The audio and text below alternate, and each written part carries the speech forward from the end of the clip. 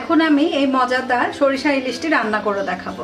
যা যা লাগছে: ইলিশ মাছ, সরিষা বাটা, পেঁয়াজ বাটা, জিরা, লবণ, মরিচের গুঁড়ি, হলুদের গুঁড়ি, ধনে গুঁড়ি, রসুন বাটা, জিরা বাটা, টমেটো, তেল, কয়েকটি কাঁচামরিচ।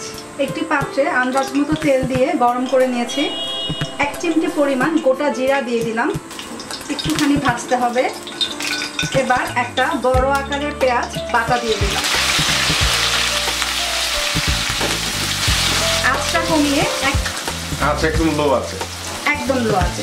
2 চা চামচ সরিষা বাটা দিয়ে দিচ্ছি, আন্দাজ মতো লবণ, আধা চামচ মরিচের গুঁড়ি, চিমটি পরিমাণ হলুদের গুঁড়ি, আধা চামচ ধনের গুঁড়ি। এবার একটু কষাতে হবে খুব ভালো করে। এবার আঁচটা বাড়িয়ে দিচ্ছি, মাঝারি আছে, এটাকে ভালো করে কষাতে হবে।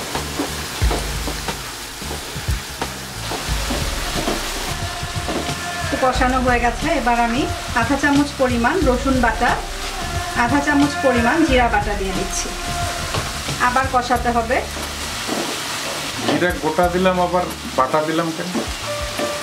গোটা জিরাটা দেওয়ার জন্য একটা সুন্দর ফ্লেভার আসবে, আর মাছে তো জিরা বাটা দিতেই হবে। এবার খুব সামান্য পরিমাণ পানি দিয়ে দিচ্ছি, গায়ে গায়ে পানি। মশলাটার তেল না ওঠা পর্যন্ত অপেক্ষা করব।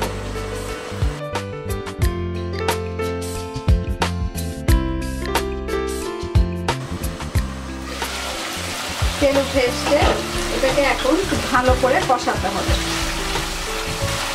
তাও 2-3 মিনিট এটা কষাতে হবে। চুলার আঁচ মিডিয়াম আছে। যে কোনো জিনিসই কষানোর সময় আঁচটা মিডিয়াম আঁচে রাখাই ভালো। আবার একটু পানি দিচ্ছি মশলার গায়ে গায়ে। আবার ঢাকা দিয়ে 2-3 মিনিট অপেক্ষা করতে হবে। আঁচটা একটু বাড়িয়ে দেই, তেল না ওঠা পর্যন্ত আবার কষাতে হবে।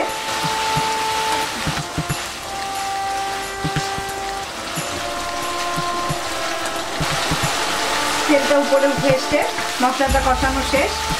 মাছগুলো দিয়ে দিচ্ছি।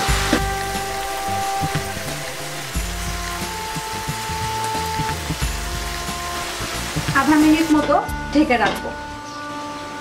ঢাকনাটা খুলে দিচ্ছি, আস্তে করে মাছগুলোকে উল্টে দেই।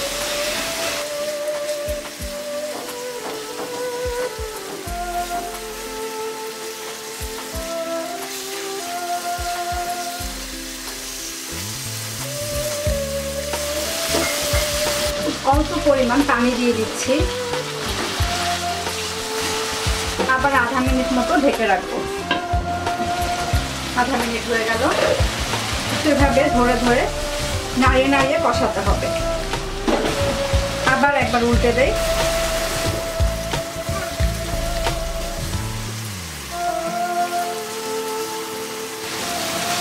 কয়বারটা উল্টাতে হবে?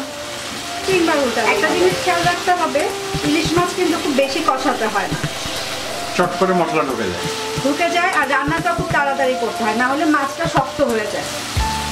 আবার একটু ধরে এভাবে কষাতে হবে। আর ঢাকা দিতে হবে না।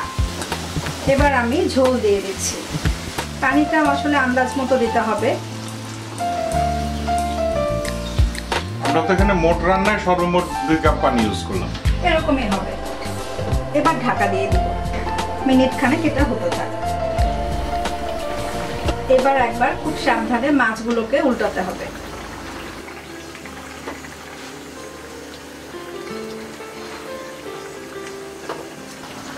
আঁচটা কিন্তু এখন ফুলে রাখতে হবে। একটা টমেটো 4 ফালি করে দিয়ে দিচ্ছি। এটা অবশ্য যার যার ইচ্ছা, দিতেও পারেন নাও দিতে পারেন। 4-5টি কাঁচামরিচ একটু ফালা করে দিয়ে দিচ্ছি। এবার ঢাকা দিয়ে প্রায় 2 মিনিট মতো রান্না করব।